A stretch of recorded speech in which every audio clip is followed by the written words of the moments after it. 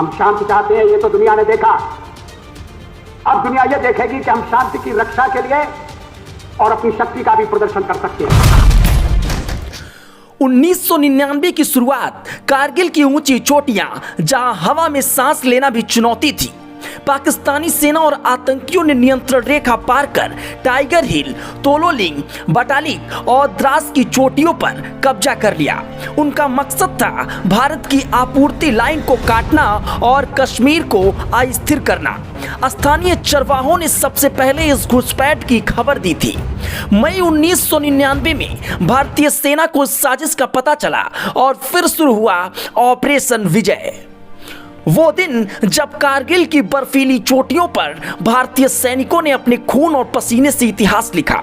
वो समय जब दुश्मन ने सोचा कि भारत की सीमाएं कमजोर हैं, लेकिन हमारे वीर सैनिकों ने अपने पराक्रम से पाकिस्तान को उसकी औकात दिखा दी।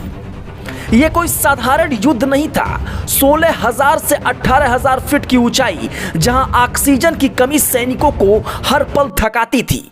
कड़ी चट्टानें, बर्फीले तूफान और दुश्मन की मशीन गनों की गोलियां, लेकिन भारतीय सेना ने हार नहीं मानी।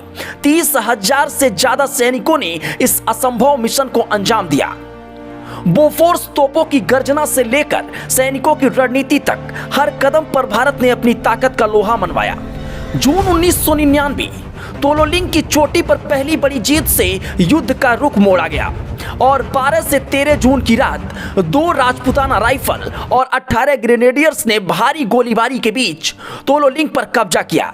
यह जीत आसान नहीं थी, हर कदम पर मौत मंडरा रही थी। फिर आया टाइगर हिल का युद्ध। कैप्टन विक्रम बत्रा, जिन्हें हम शेर शाह कहते हैं, उन्होंने अपनी जान की परवाह किए बिना दुश्मन की चौकियों को ध्वस्त कर दिया।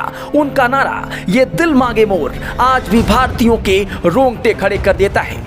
इस युद्ध में captain Vikram, lieutenant Manoj Pandey, grenadier Yogendra Singh Yadav और राइफलमैन संजय कुमार जैसे वीरों ने परमवीर चक्र और महावीर चक्र जैसे सम्मान पाए, लेकिन उनकी वीरता की कीमत भारी थी।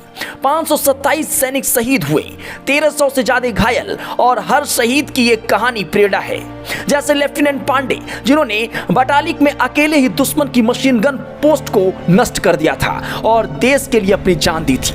4 जुलाई 1999 को नवाज शरीफ ने अमेरिका राष्ट्रपति बिल क्लिंटन से वाशिंगटन में मुलाकात की और इस मुलाकात में क्लिंटन ने पाकिस्तान पर अपनी सेना और घुसपैठियों को नियंत्रण रेखा यानी LOC से वापस बुलाने का दबाव डाला। अमेरिका ने स्पष्ट रूप से भारत के पक्ष का समर्थन किया और पाकिस्तान की कार्रवाई की कड़ी निंदा की। इस कूटनीतिक दबाव के परिणाम स्वरूप पाकिस्तान को अपनी सेनाएं पीछे हटानी पड़ी। 26 जुलाई 1999 आखिर दुश्मन चौकी भी भारत के सेना के कब्जे में आ गई। युद्ध तकरीबन 2 महीनों तक चला और भारतीय सेना की जीत हुई। यह जीत केवल सैन्य ताकत नहीं, बल्कि भारत के संकल्प, एकता और साहस की जीत थी। दुनिया ने देखा कि भारत अपनी सीमाओं की रक्षा के लिए किसी भी हद तक जा सकता है। कारगिल की चोटियों पर लहराता तिरंगा आज भी हमें गर्व से सिर उठाने की प्रेरणा देता है। आइए हम अपने शहीदों को नमन करें, उनके बलिदान को सलाम करें और यह प्रण दें कि उनकी विरासत को हम हमेशा संजोएंगे।